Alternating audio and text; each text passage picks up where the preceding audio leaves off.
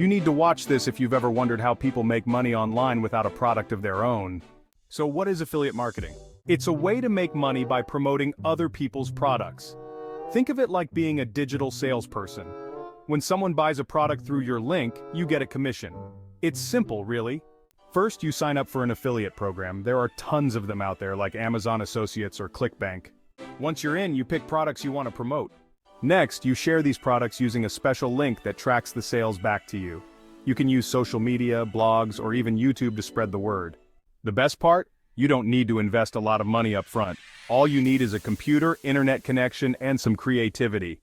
Here's a quick tip. Focus on products you're passionate about. It's easier to promote something you believe in, and your audience will trust you more. To get started, make a list of things you love or use often. Then, look for affiliate programs that offer those products. Remember, patience is key. It might take a little time to see results, but don't give up.